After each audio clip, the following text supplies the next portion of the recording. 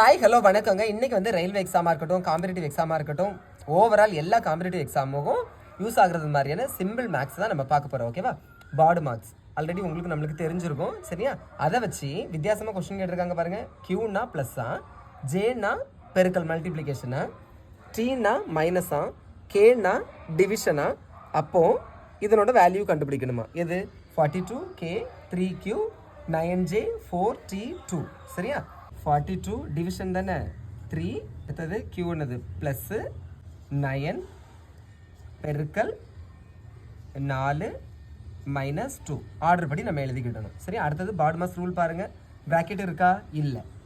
Square ஏதாவது number இருக்கா? இல்லை. அடுத்து என்ன இருக்குது? டிவிஷன். அப்போ ஃபஸ்ட்டு நம்ம டிவிஷனை தான் சால்வ் பண்ணணும். ஒரு 3 3 மிச்சம் 1 நான் 3 12 சால்வ் பண்ணிட்டோமா? இது 4 ப்ளஸ் 9 இன்ட்ரு 4 மைனஸ் 2. சரியா?